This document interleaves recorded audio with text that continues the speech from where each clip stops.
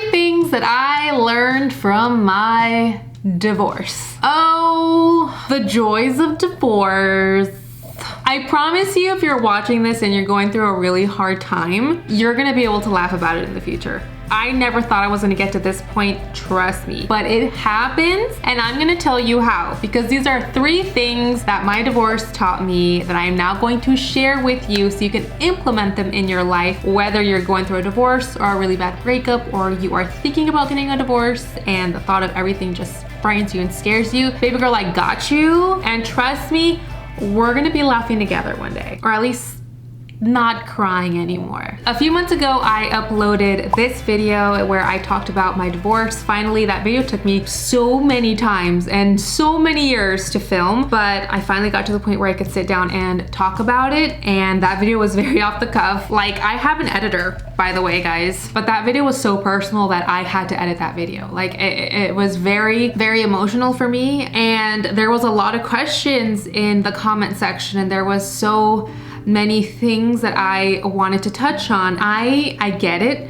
I've been there. Divorce sucks. It's horrible. I wish it to nobody. To those people that think that people who get divorced think marriage is a joke and think that we don't really care, that we're just throwing something away just to throw something away. I don't think anybody gets married thinking it's okay, I'll just get a divorce after. No, I just don't think that happens. I want to now sit down and kind of touch back on that video and tell you guys like my biggest takeaways, my biggest lessons, and kind of what helped me heal faster through my divorce process, which, let's just call it what it is, guys. It's grieving. I'm not a sugarcoating type of gal. It's grieving. It's a loss. It's the death of a marriage. You are losing something that you thought was gonna be forever. It's a death. It sucks and it's so crappy. The first thing that was my biggest takeaway was love yourself. Love yourself. Oh my goodness, love yourself. Let's stop putting such a negative stigma over the word selfish. It is okay to be selfish. I'm gonna be the first, the last, and the middle person to tell you it is okay to be selfish and to exit a marriage simply because it's not serving you anymore. I grew up thinking that you only get a divorce if he's like beating you or like close to killing you or like cheating on you constantly. But I didn't realize that simply just not being happy and realizing that because you're not happy, you're making the other person so miserable and unhappy, and they also don't deserve to be in a marriage where they're just unhappy and their partner doesn't love them, knowing that there's somebody out there for them that will give them that happiness and that marriage and all that. That's being very selfish, the negative one. But being selfish and saying like, hey, I'm not happy anymore, and hey, this just isn't working out anymore. I'm not gonna cry in this video. I think it's weirdly one of the most selfless things you can do, because at the end of the day, you only have you. And when you really think about it, guys, when you really sit down and think about how it's possible that we can love unconditionally when it comes to other people. We can love our parents unconditionally. We love our kids unconditionally. And by unconditionally, I mean we love them through the tantrums, we love them through their anger fits, we love them through our anger fits, we love them through whatever they put us through unconditionally. But very rarely do we have unconditional loves for ourselves. And I said this in a TikTok, and it kind of inspired this video as well because I wanted to talk more about it, is that we don't love ourselves as unconditionally as we should. And some of us don't even love ourselves because we don't know who we are. So I would say the number one takeaway and the number one lesson I would give you is to love yourself and learn yourself. I would say learn yourself comes first, but you do learn a lot about yourself in your divorce process. You start realizing what you're gonna tolerate, what you're not gonna tolerate, how you're going to move on, what you are now going to accept, what you are no longer going to accept. And through this whole process, you realize just what you're made of and how strong, but also how vulnerable you are.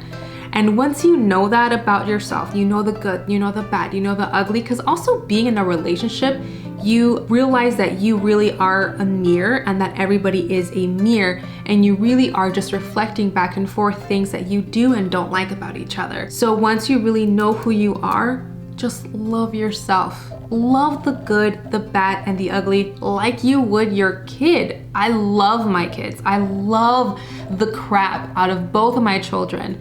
But boy, do I just want to, but I still love them. At the end of the day, I still love them, even though I ground them, even though I take away their phones, even though I reprimand them, I still love them. And I gently encourage for them to just tweak this, tweak that, learn this, let's learn this lesson, maybe let's fix this, maybe let's work on that. But we very rarely apply that same concept to ourselves. And one thing that hit me was when I realized that I was being very hard on myself and saying so many unkind things to myself and just living on this vibration of shame and guilt. I was horrible to myself. I hated who I was. I couldn't even stare at myself in the mirror. I hated what I looked like. It gets to the point where it literally attacks you physically. And I would call myself names. I would tell myself I wrecked a perfect marriage. I was the one that decided to leave him. I'm the bad one. I'm hurting people. I'm hurting my daughter. I'm the reason we have a broken home now. When I could have very easily been like, yeah, you made some mistakes. Yeah, you might have rushed into some things. Yeah, but you know what? Everybody makes mistakes. Lessons learned. At least now you are owning up to them and you are being the bigger person. And at the end of the day, in the long run, you're letting somebody free to really go find their person who's gonna love them just the way they are, instead of you trying to make them miserable the entire time you're married because they're not who you thought you married. What tripped me out was the fact that not only was I being horrible to myself, but I was being like horrible to this creature, this like innocent little baby who, like, it trips me out and it's making me more emotional now because like that's my son's face. Like Jameson looks so much like me, and just the thought of me saying the things that I would say to myself to my son, but I was saying that to her because she's still here. She still lives inside me, and it's my job to protect her, and it's my job to teach her right from wrong, and it's my job to kindly say, hey, we messed up here. Hey, we can learn here. Hey, let's tidy things up a bit. Hey, like, let's learn, let's assess, but let's move on. And hey, I still adore the F out of you. No, that's not what I was saying to this little girl. But once you kind of put it into that perspective that you should love yourself unconditionally no matter what, it hits you that you are talking to an inner kid. That for me was life-changing because I didn't realize how much damage I was doing to myself, but also in turn, I was teaching my daughter to also live in guilt and live in shame, which is not something I want to implement to my growing daughter when I am her mother and I am her prime example of literally everything. So love yourself. Like, please, above anything and everything, be kind to yourself, love yourself, give yourself patience, and understand that your happiness is very much worth it. And you living a life that you wildly imagine and fantasize, you deserve that. It really is crazy what you deserve once you allow yourself to have that. And once you become the most selfish version of yourself, I promise you, you're gonna become the most generous version of yourself as well, because you're gonna want to just give off that positive energy. And that is what keeps this YouTube channel going and what my social media is kind of about now. It's very much about empowering women and showing women that it's crazy what you deserve, because I've lived the very opposite mindset. But I had my tricks and I have my lessons and I've learned a lot. And I do want to touch on like my self-growth and my self-love journey. If that's a video you guys want me to do, put it in the comment section down below. I'll be happy to do it. Number 2, gratitude. Just be grateful. And when I say be grateful, I don't mean just for the good. I don't mean just for the good surprises. I mean for everything. My divorce taught me to be so grateful for the bed I was sleeping on at night, which is something that we take for granted so much. I took for granted my parents. I took for granted having my kid with me all the time in one home. I am so grateful now for the man that I have because I know the opposite. I lived with the opposite. I tolerated the opposite. So now I'm so much more grateful to wake up with the man that I have. And there's not a second that goes by, even when we're fighting, even when we're disagreeing and we're not getting along, that I'm not still grateful. It makes you weirdly grateful for the things that you wouldn't expect. When I got in a car accident shortly after my separation, I was so grateful. Instead of being mad, I remember thanking the universe that my daughter wasn't in the car, that I was still alive, and that nothing serious happened. And it put me in a position where I was so much more grounded and so much more present in my life, because I realized that I wasn't present. And even though that accident wasn't really my fault, it snapped me back to the point being that I need to be more present and I need to be more aware, and I'm just not grateful enough for the stuff that I have. I'm not the most grateful person in the world, but I'm at least top 10, I would say.